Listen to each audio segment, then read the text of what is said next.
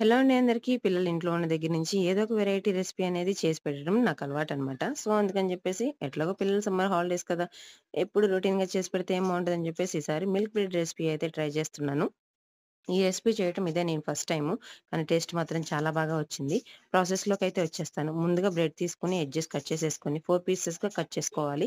ఇప్పుడు ఘీలో రోస్ట్ చేసుకొని పక్కన పెట్టుకోవాలి. ఒక హాఫ్ లీటర్ పాలు తీసుకొని టేస్ట్‌కి తగ్గట్టు షుగరు, డ్రై ఫ్రూట్స్ వేసుకొని, ఇలాచీ పౌడర్ ఒక హాఫ్ టేబుల్ స్పూన్ ఏసుకొని బాగా మిక్స్ చేసుకోవాలి. ఇప్పుడు 1 ½ స్పూన్ కస్టర్డ్ పౌడర్‌లో కొద్దిగా పాలు కలిపేసి మిక్స్ చేసేసుకొని, ఈ పాలు కూడా కస్టర్డ్ మిక్సర్ 2 కలిపి 2 మినిట్స్ పాటు బాయిల్ చేసుకోవాలి.